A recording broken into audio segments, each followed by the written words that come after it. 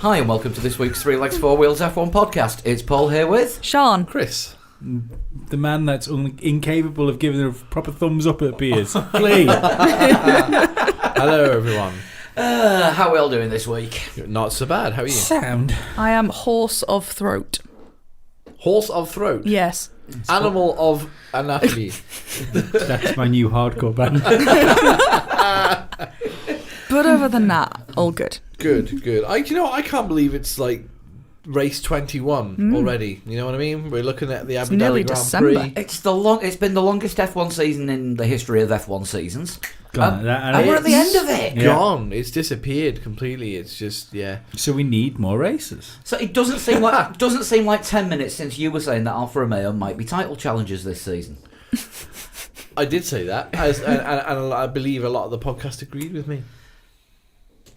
I also 'Cause it seem looked to like remember a lot of angst about the lack of Alfa Romeo gear.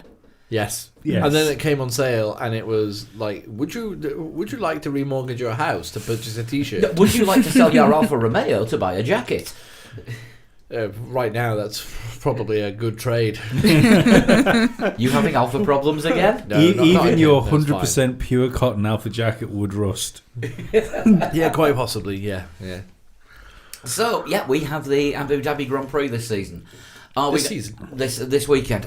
I've got the same thing that This Sean's season. To be fair, it was still factually correct. This- Well, Yeah, It this was. season's Abu This Dhabi Grand week. Prix This this weekend. Yeah. And But I not mean- this month. No. No, for the first time we're getting an F1 race in December. Was this the first December race? Yeah, Maybe it'll snow. they made In a the big thing. desert. They made a big thing about it at the start of the season 20 minutes ago. Yeah. The last year's Abu Dhabi Grand Prix there was rain. Was it 2 days before the race or something? Yeah, it was. Did it rain on race day? There was like a spritz, wasn't there? Is Yeah, that either I- last year or the year I before? seem to remember some sort of spray coming off cars. That was mainly fire extinguishers when Hulkenberg was hanging like a cow. No, they Yes. definitely have had a little sort of... Maybe it was a practice session or something Maybe. like that. But I'm thinking of the same sprinkle. thing you are, but I don't know when it was. Yeah. So yeah, in the middle of the desert. Shows how interesting Abu Dhabi is, isn't it?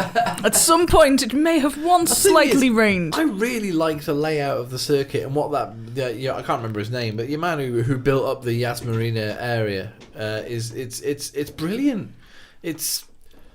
You've got the grandstand area, which feels like you're in a stadium almost. I mean, we've all played the PlayStation game at some point. It feels like you're in a stadium when you're on surrounded by these huge tall stands, and then you're out into sweeping turns, and then into another like stadium section. It's great to play. Long. It's a great track to play. It should be a great track to drive. But for some reason, it doesn't create great races. It's because the corners are too tight, aren't they? They go into like hairpins and really tight corners, and it's just impossible to overtake.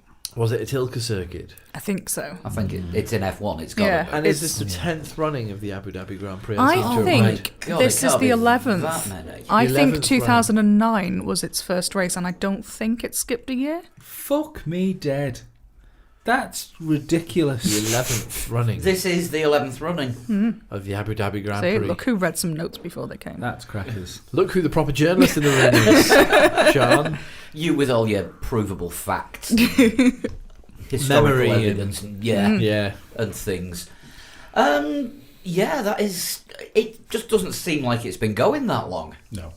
Still to me one of the newest races on the circuit. Although so was Malaysia when they decided to bin that off. That was nearly 20 years. So, Brand new! Nostalgia's not what it used to be. no, it really isn't. I suppose to some people the Hungarian Grand Prix is still probably quite a new one, even though that's been around since like mid-80s. But yeah, it's it generally speaking doesn't produce an interesting race, although we have seen interesting things happen. We've seen drama. Yeah, drama, like Vettel making his way through from the pit lane all Alonso the way. not being able to get past Petrov. 2010 was that when Vettel won his first championship. Yeah, the Somehow, most tense and non-overtake has ever been. somehow Renault made a car that could keep Ferrari behind it quite comfortably. Not just a Ferrari, but a former Renault employee Ferrari. Was that the driver. same year that he was beaten to a win in Spain by Maldonado? Was that the same year? No, That was 2012. Yeah, it was. Ah, Yeah. right. I was just going to say that. That would be a year to forget for Fernando.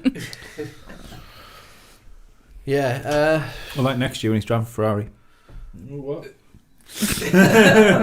Well, that's not going to happen. Well, that's the thing. Are we Because it's going to be Hulkenberg.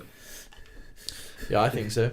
Are we looking at a couple of drivers' last Formula One races? You know, Robert Kubica. Kubica, definitely. We're pretty sure he's gone. We don't think he's coming back. It looks like Kubica's about to sign for Haas as the sim driver. I heard that is the main story at the moment. What? Yeah, that's Hang been on. rumoured long time. Kubica's going to Haas? Yes. Yeah. Why do they collect poor drivers? This rumour came out the same week they announced they were keeping Grosjean. It was a really happy week to be a Haas fan, I think.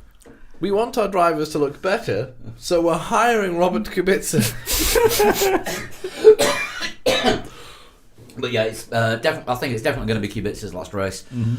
As things stand, it's going to be Hulk's last race for the time being. It looks like Latifi's getting the Williams seat, although nothing's confirmed. Hulk has discounted getting the Williams seat. He said he's not going to take it. Williams can't confirm Latifi until after the F2 race finishes on Sunday. Okay. For points, is that? Points. Yeah, he doesn't officially get enough points until the end of the F2 season. Okay. He still has a bag of cash. This is What was it? Saturday. The Massive race. bag of cash. I think they've got one on each, have they not? Yeah, They've got the feature and the sprint. Yeah, feature race Saturday, sprint race Sunday.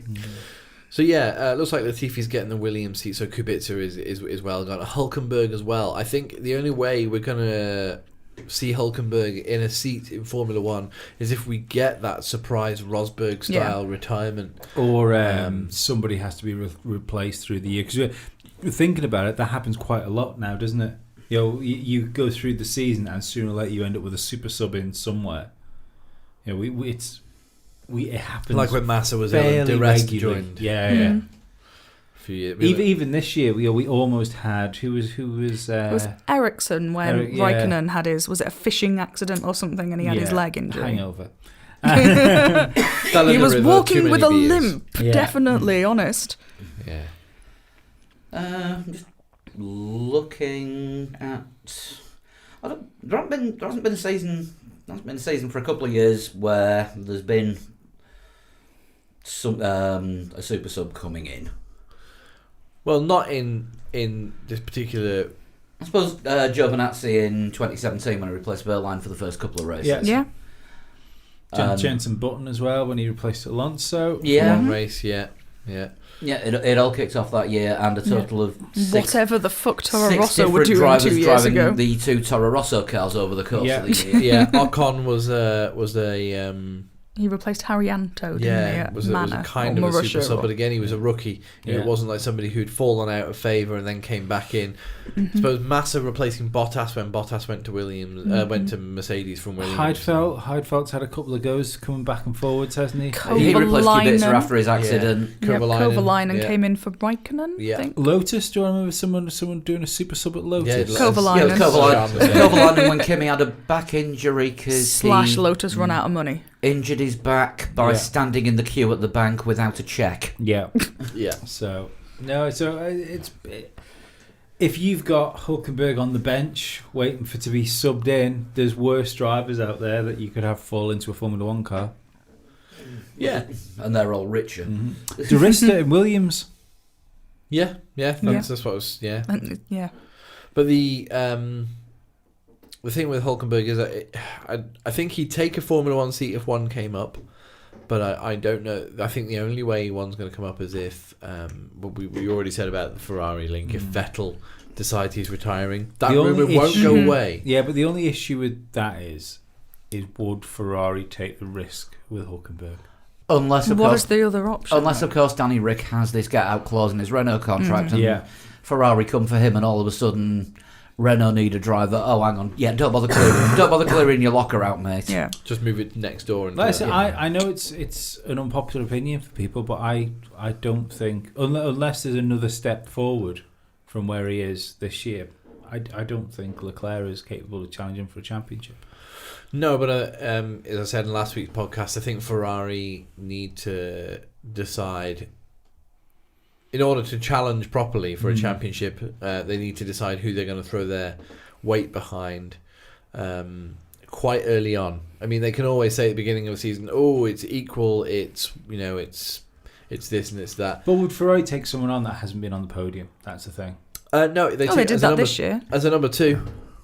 Yeah, but they did it yesterday. But they were taking a hot up and coming rookie, weren't they? Yeah. I think they'd take him on as a number 2 for a season, or they'd stick Hulk in the Alpha and bring Kimi back for. I was just going to say, I think over Hulkenberg, you're more likely to see Kimi back in Ferrari. Oh, I've got a funny feeling about Alonso. Yeah, You've had a funny feeling about Alonso for a few years. I know, and it's quite disturbing, and I wish he'd stop sending us messages about it. There is that, but I mean, where else down the field? He's going to be back in Formula One. I'm not sure now. I think it's very difficult for him. But where else? I think he might take a McLaren drive. I don't care what they say. There's some reason why he's continually linked with McLaren. He's their ambassador. Sales. He was working in the factory the other day. He was working in the factory. It just sounds like he's there just doing some stitching and putting the bolts on. Yeah, I'd be worried if I was Lando Norris right now. I wouldn't be, not yet.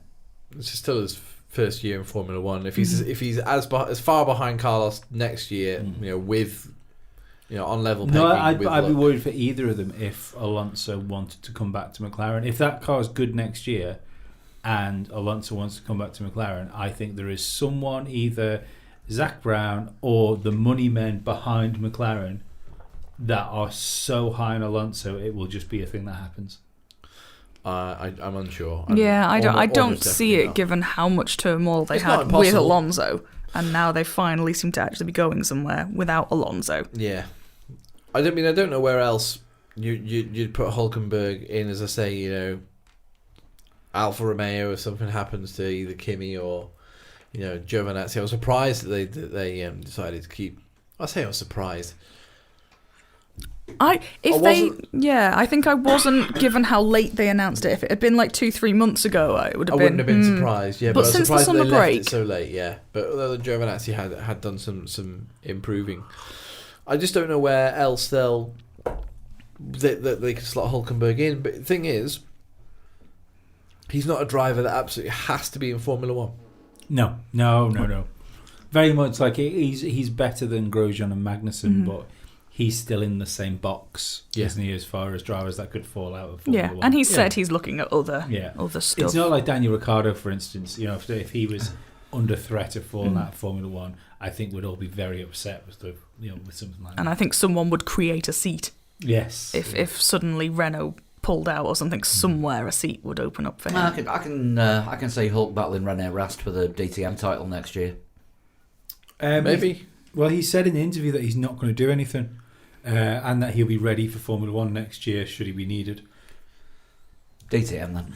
I don't think he'll race. I don't think he'll race. I've read a different interview then, because I've read one where he said he is looking at options. I reckon I'll have another crack at Le Mans. There's talks of him doing. Of course, because he has single-handedly won that before. Yeah, and he can win it in a different team this year. Yes. Indy 500, and then all he has to do is Monaco Grand Prix. No, he's already counted out the ovals. He said he wouldn't mind taking part in the street race, street tracks, but he doesn't want to do the ovals. I can understand that. I really, really wouldn't be surprised if he's snapped up as Ferrari's reserve the Brendan driver. Hartley, Danny Kvyat. Yeah, the Brendan Hartley, the Danny home of Kvyat rest for all Formula One drivers. Well, I mean, he said that's a route that he doesn't want to go down. I mean, he doesn't want to go down it until Ferrari go, dear Mr. Hulkenberg, lots of money and our drivers are in turmoil. And you get to wear a red suit. Yeah. And live in Italy for a little while. Yeah, it's not so bad. We need somebody who's got more charisma than Marc Genet. That's not hard. A used stamp. Hey, some used stamps, they're very popular in certain niche circles. Yeah, I don't think having Marc Genet as the public face of Ferrari media presenting the car launches or anything on video live from Maranello was a good idea. Ridiculous. Yeah, I was watching it from home and you guys were watching it from the Mercedes launch. That was bizarre. That was bizarre. We weren't the only ones in that press centre laughing at that, though. No. But it was a bizarre situation to be in, to be at the Mercedes launch, watching Ferrari's launch on a television. Yeah. And when Mercedes tweeted that they weren't going to miss Ferrari's launch for all the money in the world, Paul's reflection was in the TV on the tweet. Yes. That is my proudest moment ever on Twitter. Yeah. I wonder if we're going to get big launches next year from the teams, because every launch this season was a little bit on the low key side, and there was no press event. It's going towards what we said earlier this year, isn't it? It's going towards the launch event where Formula One launches the season. That's what it should be. Which they kind of did in Australia this year, although... Oh, it was a bit weird that, though. Yeah, the boat with the drivers coming down the river, and then all the drivers get off and... Isn't Autosport's live event just before, like, early in the year? It's usually I think, sort of mid-January. It's usually around about your birthday. It's usually sort of sometime between mine and Dan's birthdays. That's what they should do. They should hook up with Autosport. Or copy their idea. Yeah, or set up...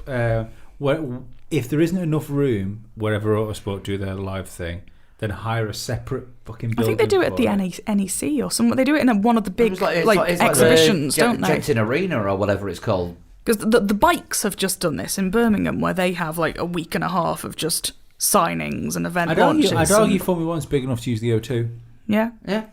I mean, the last day of Motorcycle Live was TT Day yesterday. Yeah, because you get all the British Superbike teams doing their big announcements. You get all the TT teams doing their Who's Road Racing announcement. Yeah. And you get all the fans in there for like several days because they know where it's all at.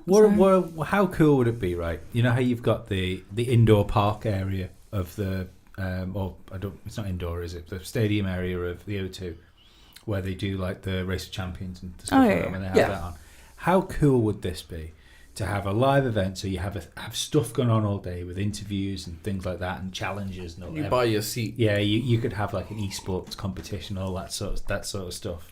And then it culminates with, in reverse championship order, cars. Both cars coming out and parking on a grid in race order, and then like the closing thing of your event can be like a wire camera. You know, like you get the grid lineup on the television, but a live version of that of a cameraman going down the grid to show you your participants of the 2021 I like season. it, but most of the time before, like more than a few days before first race, there is not a second chassis. No, but the thing is, you would speak to these guys and say, look, we just want a car that's going to drive out of here with your livery on that looks something similar to what you're going to race. Fair enough. You know, that's a sponsors thing as well, though, isn't it? Because a lot of sponsors clash with each other, and they were obviously they all want their own day. You're not going to want to get Rocket energy drinks. No, but you can Monster being. But you get coverage at the same time. You get it every race weekend. Yeah, but it's the chance. It's the chance for the sponsors to get their own. But thing, you can still do that. You can still do the individual things that they do. I mean, I'm not saying like an optional thing. I think this should be a forced thing. That this is part of Formula One. Yeah, a season launch. Sign up to the new agreement. Opening ceremony. Yeah, sign up to the new agreement. You have to be part of the opening ceremony. Yeah, I don't think it's a silly idea at all. I mean, a lot of sporting events have it, and I don't think it's a bad thing. Apart from World Cup opening ceremonies that usually seem to last about 4 hours, and then the first game afterwards is usually shit. You could even do a Race of Champions type fucking thing with it, because we always talk about how it'd be good to see Formula One drivers driving something different against each other. So during the course of that day, have a Race of Champions style knockout event between Formula One drivers in. As long as no one does the Pascal Wehrlein. As long as no one Pascal Wehrleins it. Yeah. Then because he wouldn't be able to get Joe Benazzi to replace anyone this year because it would be him that was broken. While we're on the subject of former and non-drivers, Dan Ticktum's raised his head again. Yep. Saying that there's F1 teams interested in him. You had a theory about this. Yes, I think there is a difference between interest and manager has had a conversation with someone at the team. I don't know why everyone is so down on Dan Ticktum. Because he has a temper and a discipline issue. I don't think it's being down on Dan Ticktum. I think it's... Where the hell is he going to go? We just had the conversation that there's no seats for a lot of other drivers. Well, he's supposed to be going to Dams, isn't he, this year for F2? He's meant to be doing something with F2. I didn't know it was Dams is what they've got 2 drivers going, haven't they? So I think if he's in Dams, given the team it is, I would be surprised if he's not fighting for the championship.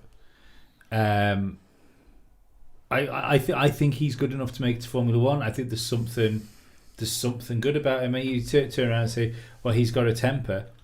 Fucking Schumacher. Yeah, Schumacher had a horrible temper. Yeah. Schumacher literally tried to kill Barrichello. Leclerc's got a temper. Yeah. I think the main problem is with Dan Ticktum is he is unpredictable in a race. When he was like 17, he's been like that. It was like that last year though. But I think he's still so young. He's 20. He's still young enough to make it to Formula One. I think to write somebody off that age is silly, especially someone that was lauded so much by people like Helmut Marko. Yeah. No, but how many drivers have been through Red Bull Young Drivers program though, with a glowing review until about that age, and then you never hear from them again? To be fair, I think if he can cut, because there must be still something to do with Red Bull, because I had a look on his website again the other day, and he's still Red Bulled up on his website. Red Bull sponsored perhaps, but not on. Might the just not had some new photos anymore, but I think he's getting some form of sponsorship from them. Yeah, so there's something there. Red Bull do have a lack of drivers at the minute waiting to come up to the series. There's a few decent ones in like F3 last year. There were a few good ones. They've got a couple in Euro Formula doing quite well. Yuri Vips moving to F2 next year. Yuri Vips. Nothing confirmed yet. The only F2 driver that's confirmed for next year is Artem Markelov, who swore blind he was never coming back to a full-time F2 drive, let alone a part-time one. He did 3 races last season, and now he's signed to HWA. But yeah, they've got Yuri Vips, they've got Sonoda, they've got Liam Lawson, they've got Jack Doohan.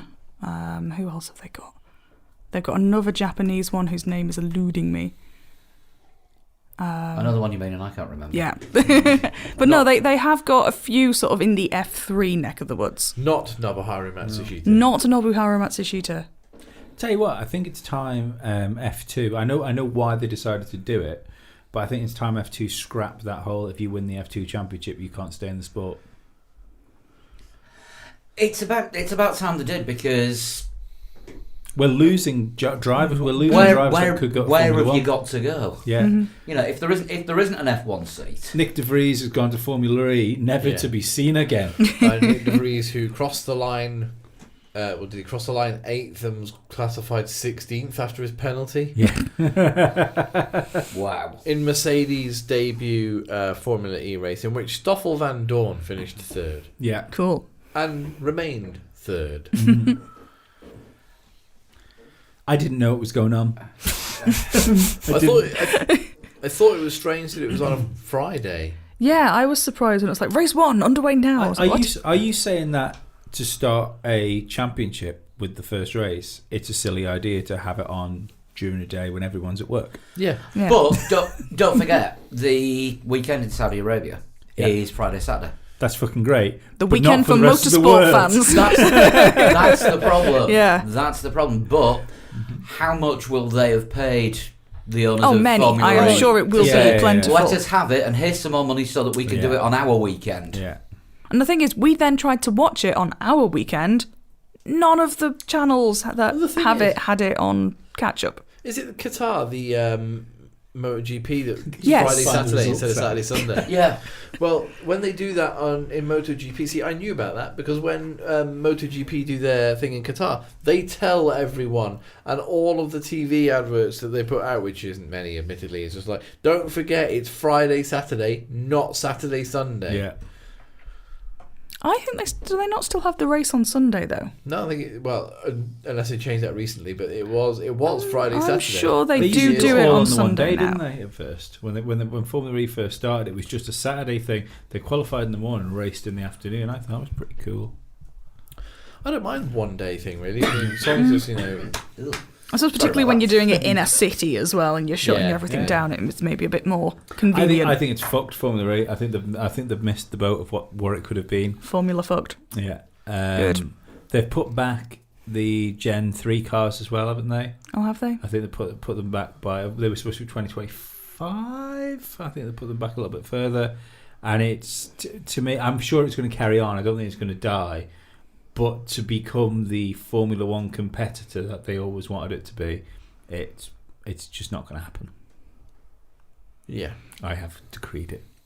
Do you reckon maybe they're a bit hesitant because there's the hydrogen car coming in WEC, and they're kind of waiting to see what that's doing? I think WEC has more chance with what they're planning. DTM as well. DTM trialing a hydrogen fuel. Sorry, Right, no, it is. That's what you're thinking of as DTM. No. WEC top class. They're well? replacing LMP1 with hydrogen next year. Wow. I think Formula One is probably looking more at what's going on there than they are, because I don't think Formula One wants to move to electric. I mean, we've decided they can't, can they? Till 2030. Yeah, I was going to say Formula E have got the FIA rights to being the official FIA or electric series for about another 10 years at least. So they'd have to move to hydrogen fuel cells or methanol or something. I think that's always going to be the problem, isn't it, as far as electric racing goes in single-seater cars? You've got small cars that you want to make as light as possible. Yeah. But even with the faster you want the cars to go is the more energy the battery's going to need to have. So you can't shrink the batteries down because it's capacity you're after rather than making them smaller. So I think you're always going to have this slightly leery, not really race car feeling car. You look at them and go, that's what... Some people like the fact that they're all slidey and stuff like that. To me, it just looks like quick go-karts, and probably not even as quick as World Championship go-karts. Well, no, they can't be as quick as World Championship go-karts, because World Championship go-karts don't have absolutely fucking stupid chicanes 100 feet away from the start line where everybody snarls up. Well, this is true, yeah. And I think that's the other thing as well. The amount of accidents and now penalties. I don't even know what the pens were for. What was that about? I have no idea. I know that somebody got disqualified. Max Gunter overtook under a safety car, so he lost his position. Yeah, right. there were plenty of penalties. It feels like a lottery. It feels like a war of attrition than an actual motor race. No, he drives for Jaguar, isn't he? Did Jerome D'Ambrosio get disqualified and yet somehow still finished ahead of someone? No idea. I don't know. Formula E's crowning moment will forever be that first race. Of the first race, and then that subsequent end. It was at the end of that championship where they had like the two leading cars of the championship were last for the championship. That was so exciting, and it really shouldn't have been. That first race kicked this whole thing off. It did, yes, it did. Yeah. And we had all the grand plans of following Formula E because that was going to be the future, and we were wrong. Let's stick to the number one instead of the letter E. Yes. Today's Sesame Street. It's brought to you by Regret.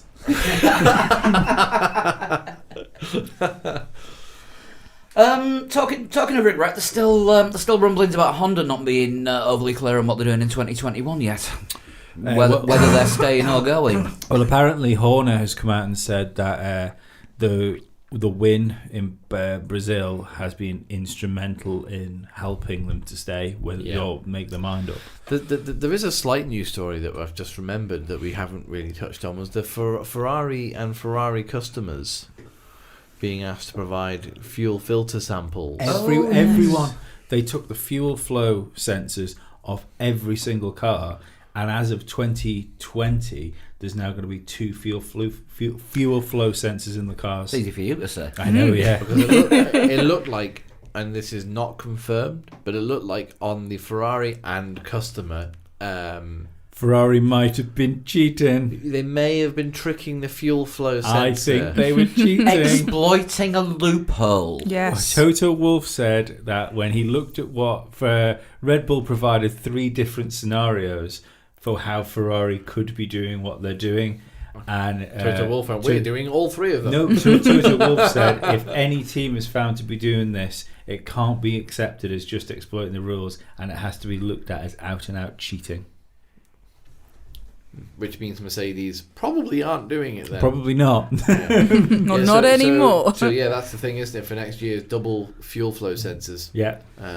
To reinforce. But I mean, if you can loophole round one of them, surely they can just put another loophole in and loophole round 2 of them. So what we're going to get, like 2021, triple fuel flow sensor? This is basically what the regulations are, though, aren't they? They're just loopholes until they're found, and then it's a new loophole. Fuel sensor harder. From the looks of things, the fuel flow sensors are actually made by the engine manufacturers.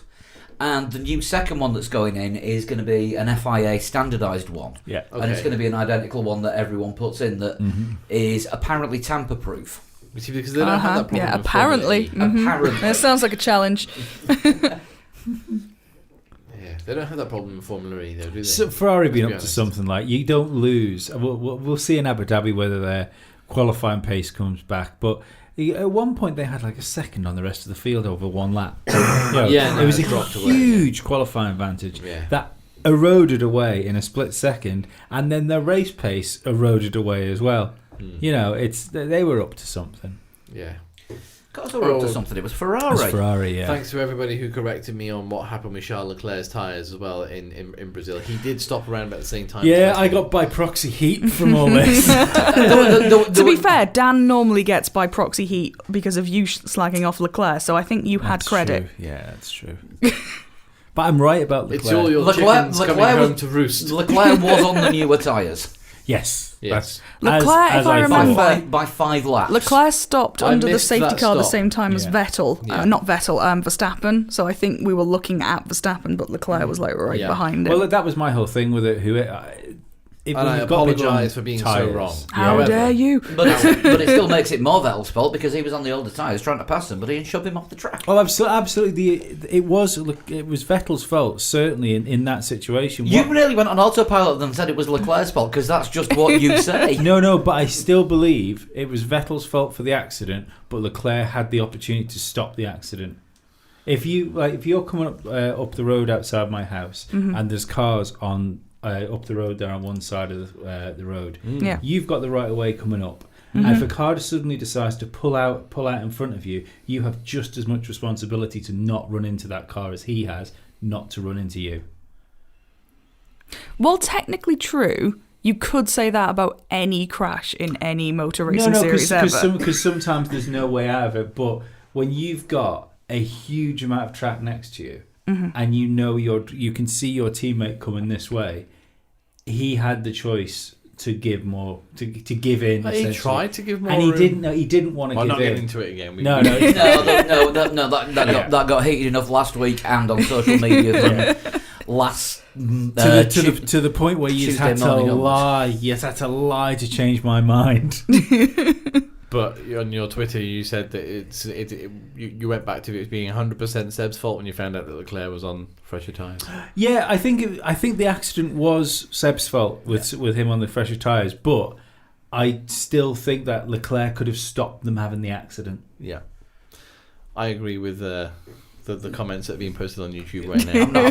I'm not going to look at the comments on YouTube until tomorrow. When Yeah. I'll do it in my lunch break. 'Cause I like the way that YouTube now lets you keep the comments on live streams. It didn't used to. It's good, yeah, it is good. Remember, if you're listening to the podcast and you wish that you could have watched us on YouTube, you can. We're live on Monday evenings UK time. 9 o'clock UK time usually. Yeah. Depending on the quality of the Wi-Fi router that Lee's been landed with from a really shitty telecoms company over here. Yeah. So if you wanted to join us and watch us podcasting live, you can.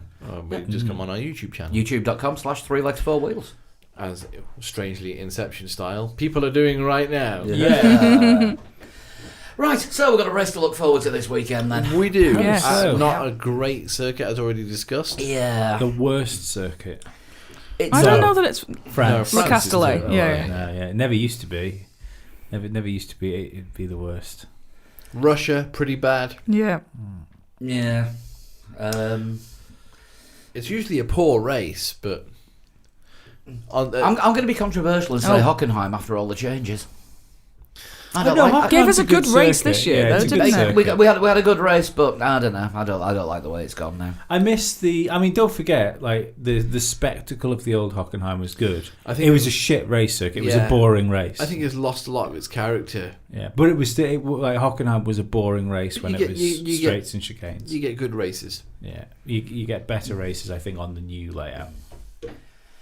So the main battles we've got for this week really is who comes sixth.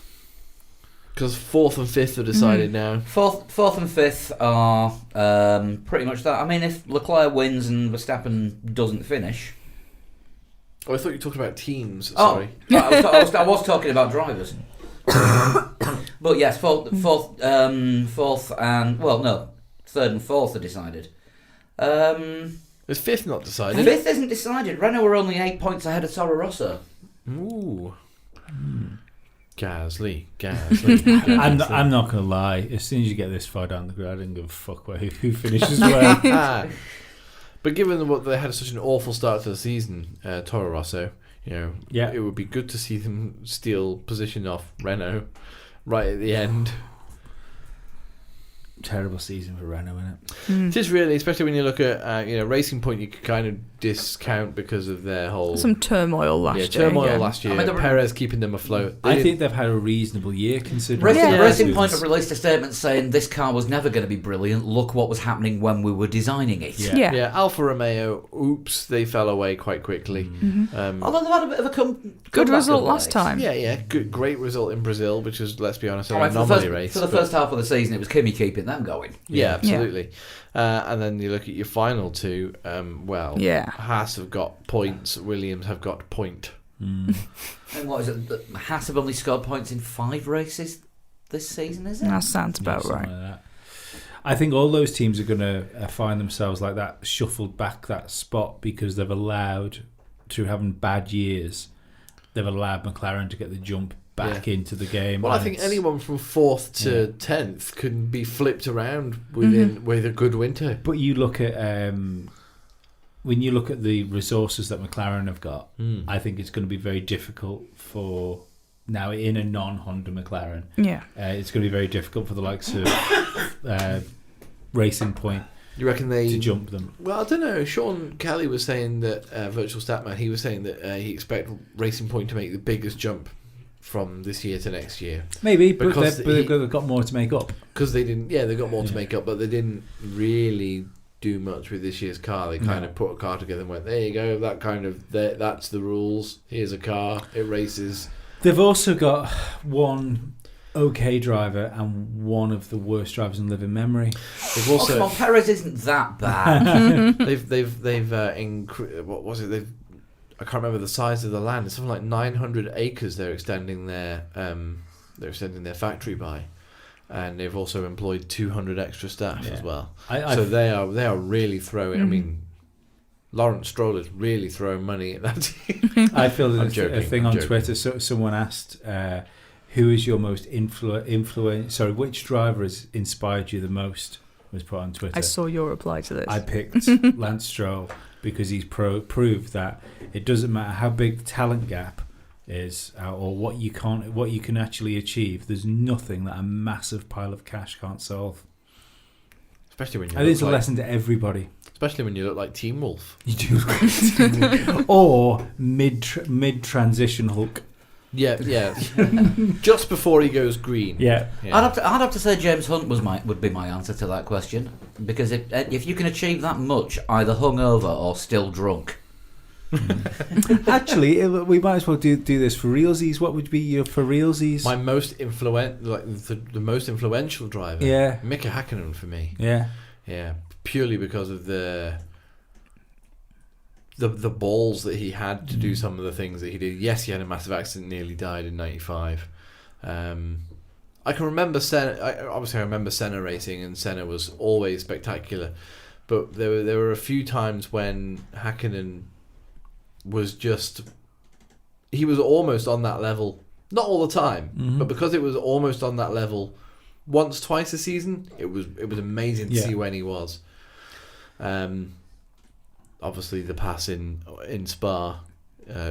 Greatest overtake in Formula 1 history, I think. He speaks about it so candidly. He came out of La Source and decided he was going to keep his foot down through Eau Rouge. Remembering in those days they had quite heavy fuel loads as well. Yeah, and it was still, are they going to go flat? They're going to go flat. And he took Eau Rouge flat, and he knew when he took Eau Rouge flat, he thought, right, okay, I'm going to catch him before the end of the straight. And he saw the back marker and thought, I'll go whichever way Michael doesn't go. Yeah. Michael went left, he went right, and he just that was it. He didn't know. All of a sudden, Ricardo Zonta needed new underpants for the second time at Spa. So for me, the most influential driver is Mika Häkkinen. I'm stuck because really you're looking at Damon Hill because he was like my first, not just the first Formula One driver I supported, the first sportsman I ever supported in any sport. But I suppose for actual influence, it has to be Ayrton Senna. I'm not a massive Ayrton Senna fan.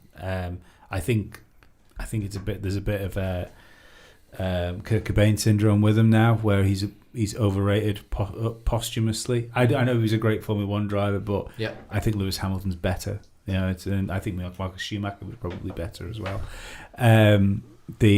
Sorry about your comments. I'm just forwarding them all on for you this week. But if it wasn't for Ayrton Senna crashing and dying, childhood Lee wouldn't have realised the dangers of Formula One. And I would have never got into the sport because I thought it was crazy that somebody died playing a game at the time. Yeah. Joking aside, I think I would actually go James Hunt. Yeah. Because when he won his championship, I was 6 and I wanted a toy Formula One car and I wanted James Hunt's Formula One car. Because he was all over the papers. And I think if it hadn't have been for James Hunt winning that title, you wouldn't have got into Formula One. I wouldn't have got into Formula One at all. And I didn't even know the circumstances of James Hunt winning, how he won the championship until years later. But he was a British driver in a fast car that was doing TV adverts with Morecambe and Wise.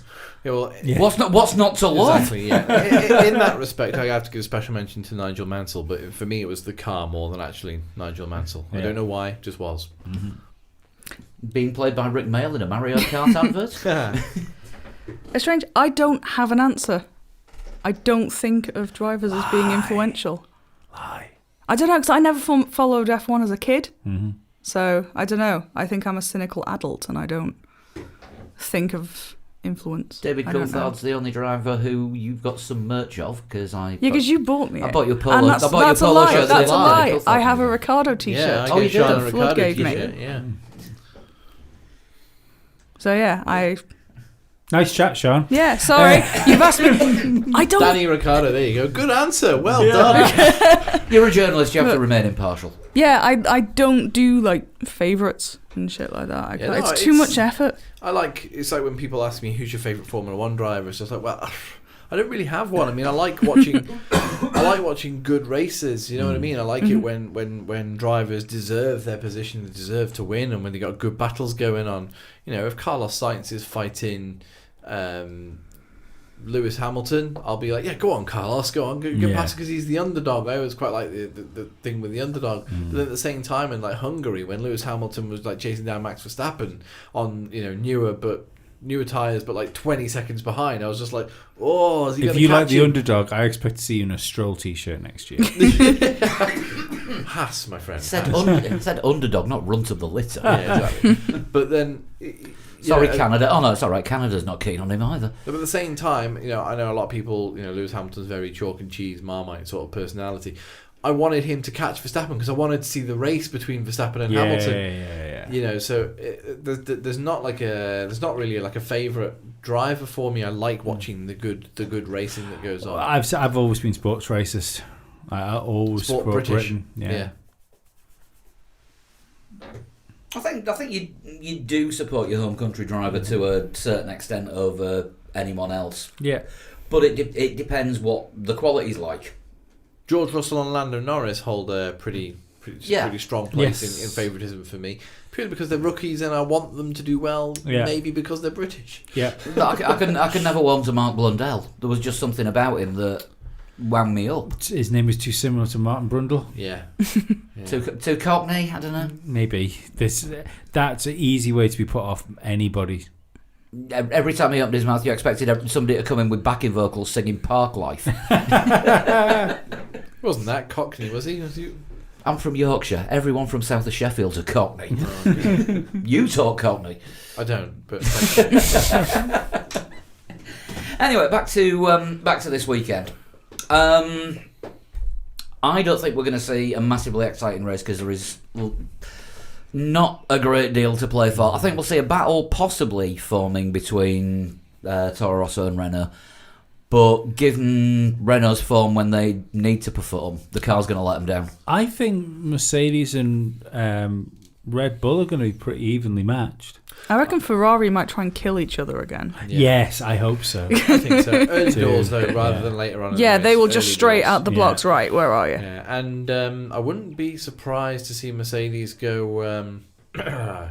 Remember the secret setting for the race? What do you mean? Well, we got that 11. Oh, of course, the dial goes up to 11. I forgot about this. Mercedes. Maybe, because they've just got nothing to worry about. Yeah, I mean, it should be if you've got anything. Although left. Bottas might be taking a grid penalty, we don't know yet. So he might as well just thrash the shit out of the Yeah, I mean, engine. if you've got anything left in any of your available engine components, you just rag the hell out of it because it's not going to matter. Big old straight though, isn't it? And Mercedes, and it's but it's not something we're used to saying. But Mercedes have been struggling with straight line speed all year, and all of a sudden, Honda don't seem to. Especially when in a drag race with a Mercedes. Yeah. Crazy. So I think they're going to be pretty evenly matched. I think we might get a good race between those, especially Hamilton and Verstappen. Yeah, possibly. Might get the season-ending battle that we've been looking for most of the year. Yeah. Or we could end up with Hamilton out front driving as slow as possible again. Maybe. Like 2016. Maybe. I wouldn't mind seeing Hamilton Vettel. Do you know what I mean? Because we haven't really seen that this year. No, my prediction Well, we did in for Canada the race, and that didn't really end well. Yeah. Yeah. going back to what Sean was saying, Oh. I have a feeling that you've got... You know, as you go up the hill and then you got that big long sweeping sort of right-hander before they go down towards By the hairpin. pit exit. Yeah. Leclerc So it's 2 and 3, and Vettel will come together there. I think hairpin lap 1. Hairpin, maybe. Lap 1. Oh no, Lap I'm one. thinking Zero from the trust. start, the start where they're all bunched up. If you've got like a Leclerc or a Vettel on the outside, and there's a bit of a back go, because part of me wonders, right, Leclerc's going nowhere in Ferrari, yeah.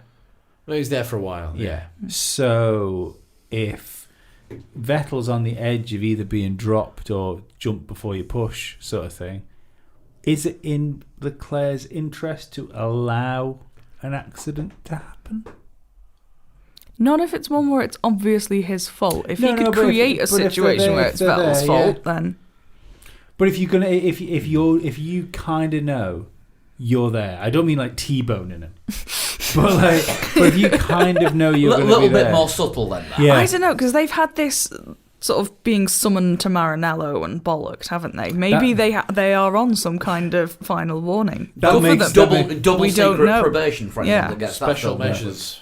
Being summoned to Maranello makes me think that they just like materialised in a pentagram. Like they didn't know they were going to be there. And in a puff of fire, they're at Maranello in the sacrifice room. Somebody at Fiorano said some Latin and I'm picturing like cages of fire as well, I think, possibly Vettel for and this. Leclerc just appear in the room. Oh God, we've been summoned again, Charles. And with you saying Leclerc sort of causing an accident but not deliberately, I just have this vision of him leaving a plate of free birdseed out with like an anvil hovering over it. Vettel's there going, it doesn't matter how many times this happened, I'm not fucking used to it. I don't like it.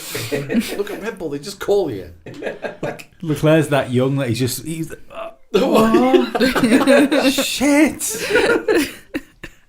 This isn't my bedroom.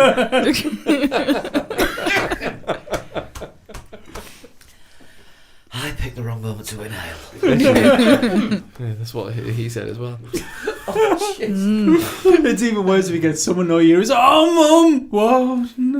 Hello, Mr. Ferrari. Anyway, let's get back. Moving swiftly away from that. Yeah, because we need to quite swiftly. Well, we should do some actual race predictions. Yes. Give me time to think. I'll do the ones from people what aren't here. Yeah, okay. Yeah. So who? Because I definitely wasn't given what I actually think happened. Have we got? I'm just moving away. Have we got a guest predictor? We have got a guest predictor this week, and Lee's not going to like this. Paul appears to be in a fap. This is from Joel Benedict, who managed to placed that bet on the Verstappen win, Hamilton podium, Raikkonen top 6, and Giovinazzi and Kvyat to both get points. And the bookmaker paid out on that as well. Good man. Did you get paid out on? No. Motherfucking scoundrels. So, he's going for a Hamilton win. That's a terrifying gif. Sexy Charles, in brackets, his official nickname in our house. That's second. weird, given how the conversation has just gone. Yes. That's And Verstappen third. I don't like that. Thank you. I'm what is moving the away GIF? from it. Give us Hang on, I a need to rec description that of the nickname GIF. for him. Sexy Charles. Sexy Charles, do. Sexy Charles, do. Yeah, that's ruined. Yeah, that's it.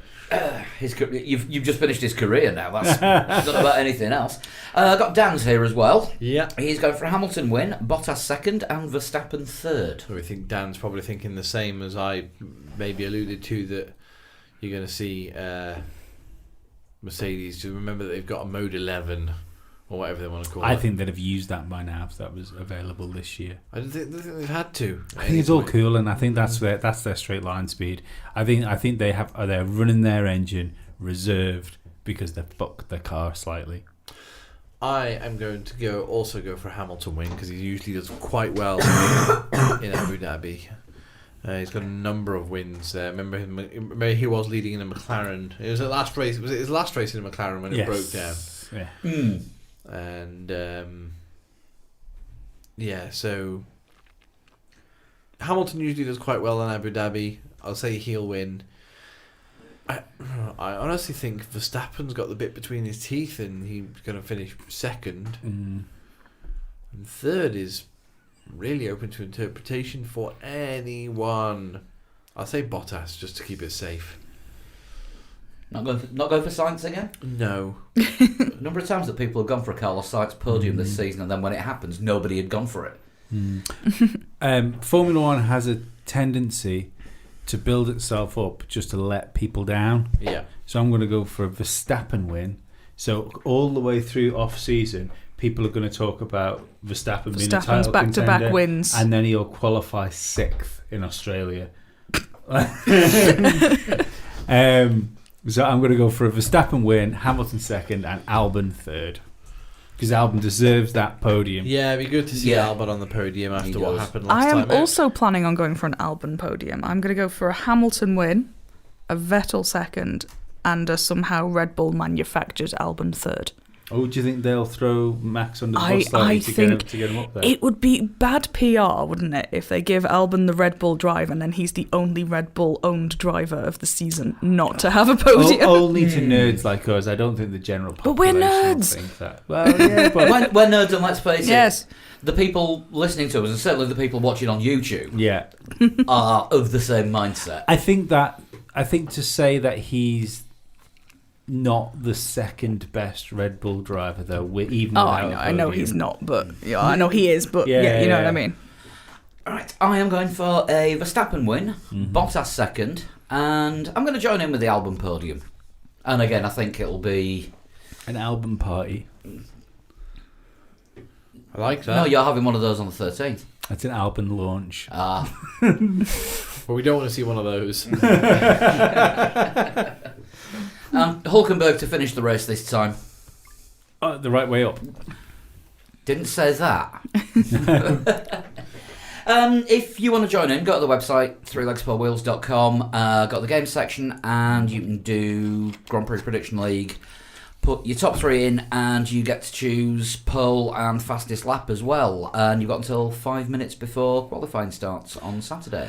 Do you think Kubica will do anything, like any sort of goodbye gestures? I mean, he can't wave, but he might do something on the way in. Just crash into the pit lane. I'm going to go for mediocre donut. World's slowest donut. Yeah, I think a really bang average donut. This Do you race remember a is couple... boring. Crash pit lane exit. In fact, no, it was last year, wasn't it, where you had, was it Hamilton and Vettel and Alonso all doing donuts? Yes. There's going to be some really average that with like Kubica and Hulkenberg. Stroll just Stroll just getting confused and joining. Hey guys! Ladies and gentlemen, the part of Ricardo Rossi this week is played by Lance Stroll. Just want to do before we shunt it. I know it's going to be a short show tonight, but there's no news. There's no news. Not really. Just want to do a quick shout out to the top 3 from Formula League. Last time we didn't have a chance to. Oh, we didn't do it last week. Everyone's on there.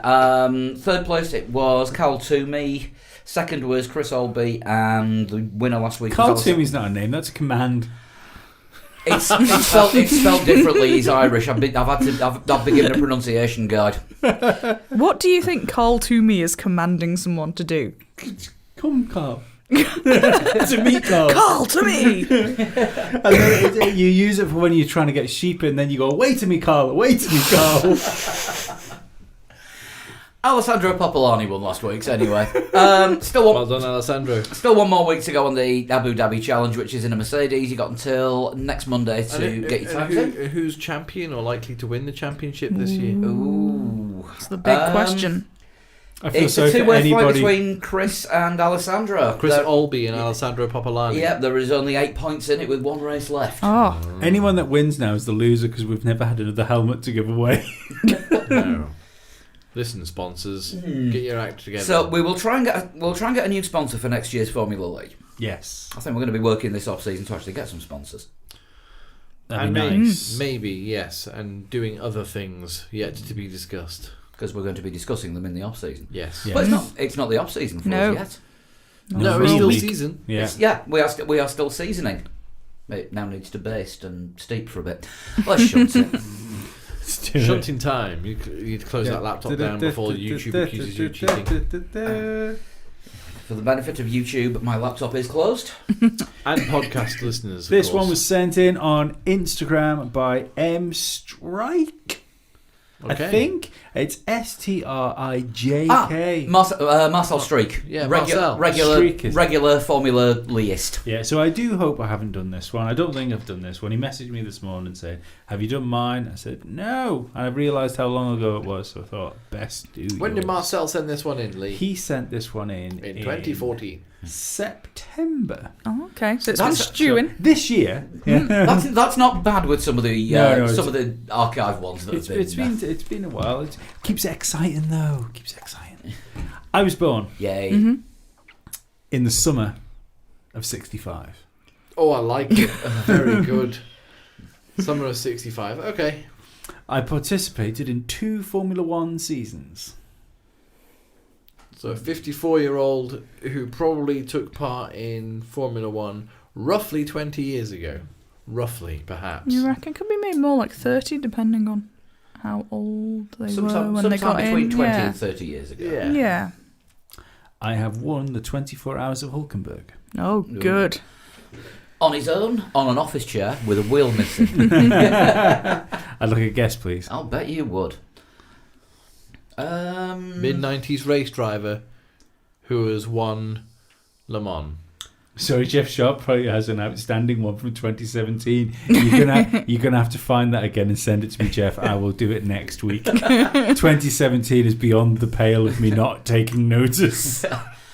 Pedro Lamy was in Formula One for a little bit and has won. I'm sure he's won Le Mans. JJ Leto. I think he did more than 2 seasons. He was kicking about for about 3 or 4. Okay. Just never did a full season because he kept getting binned. Or drunk. Yeah, he's finished. Yeah. Should we go Pedro Lamy first? For now, Can yes. Okay. I started go-karting at the age of 17. Ooh, That late. was remarkably That late. would Yeah. explain why you only did 2 seasons in Formula One. I entered 30 Formula One Grand Prix across 2 seasons. I did not score any Formula One points. I failed to qualify in my 6th Grand Prix. I'm not sure why all those were one question. Failed to qualify, so could we be looking at somebody like Ricardo Rossit? Well, failed to qualify. They stopped doing that, didn't they? In 95? Was it early 90s? 94, I thought it was 95? a little bit they earlier than weren't 95, one but I could question. be You wrong. need, But you need to give Have me you a just guess. read out 2 questions all as one? 97 was when they brought in the 107%. And it was about 94 when qualifying... You had to perform in qualifying to actually be able to get into the race because there was more entries than grid slots. Mhm. So, as they were three thrown at you together, I'll read them again if you need me to. Yes, please. Yes, please. I entered 30 Formula 1 Grand Prix over 2 seasons. I did not score any points. I failed to qualify in 6 Grand Prix. Well, JJ Leto did score points, so it's not him. I reckon it's Riccardo Rossi. Okay. Possibly an outside shot of Tora Takagi. I think he was around for 2 seasons. Did Tora Takagi's later than mid-90s, I'm not up on him. He was towards the end of Tyrrell, but I think he was there a little bit before. I think he was one of these Japanese pair drivers that had a year off. Oh, wasn't he going to be one of the drivers in Lola? Maybe. And then that doesn't count because they only did 1 qualifying session and they were utterly shit and then went bust. Yeah. Car looked nice. Bit Lego-y.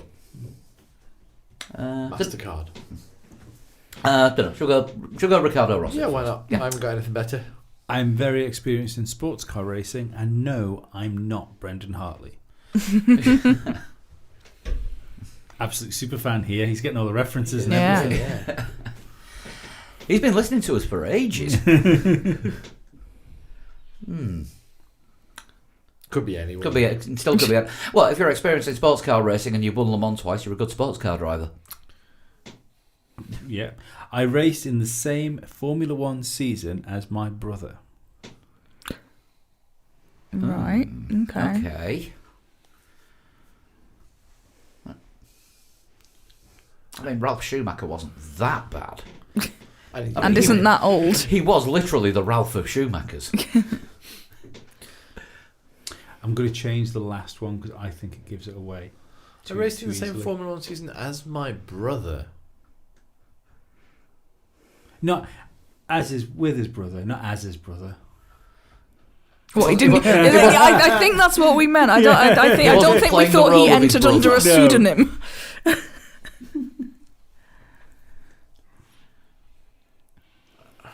I can't think of I'm struggling any, for brother F1 drivers.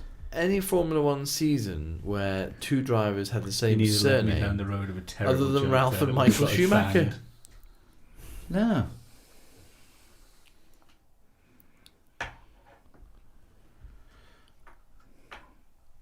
No, that's thrown me out completely. Is it Gary Neville?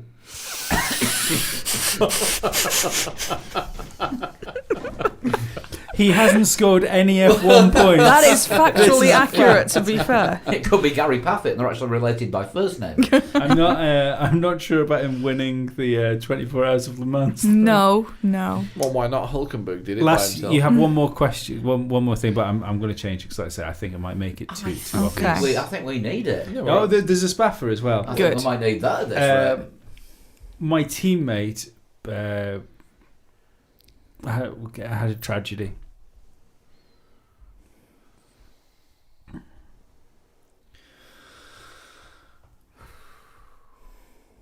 Who was driving The other Simtech. Was it Sciattarella? Oh, God, it might have been. Domenico Sciattarella? Was that his name? Murray Walker, I was used to call him Mimo. Oh, Mimo. We'll go with Mimo Sciattarella here. Are you trying to are you finding Mimo? Finding Mimo. You have a spaffer. Would you like the spaffer before you give me your answer? I think we would like It's to probably think so. wise. My father is a Formula 1 world champion. You might want to rethink your guess. David Brabham. Yeah. About the Jack right Brabham. age. Jack Brabham's a world champion. David Brabham's good in sport cars, not so good in Formula 1. And who was his brother? Or still is? No idea. Could it have been someone involved in the team rather than on the track, though? Yeah, because Brabham, he did drive for Brabham Formula 1 team. So it could have been brother team principal. Likely across 2 seasons, 91, 92-ish.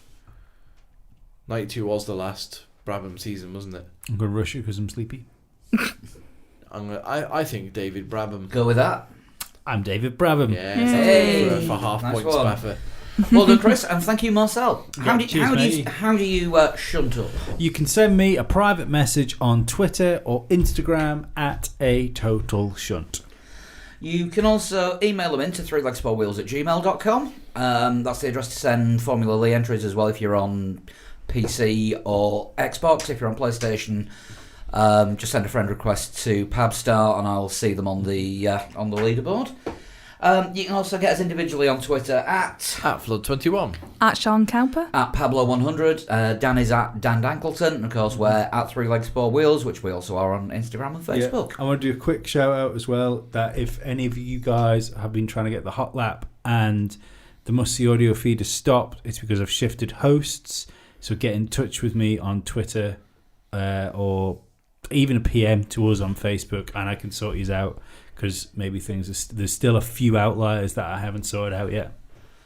Oh, the joys of host switching with anything. I do not envy you. It's been remarkably easy going to Acast. It was much easier going to Acast than it was going from Buzzsprout to Spreaker.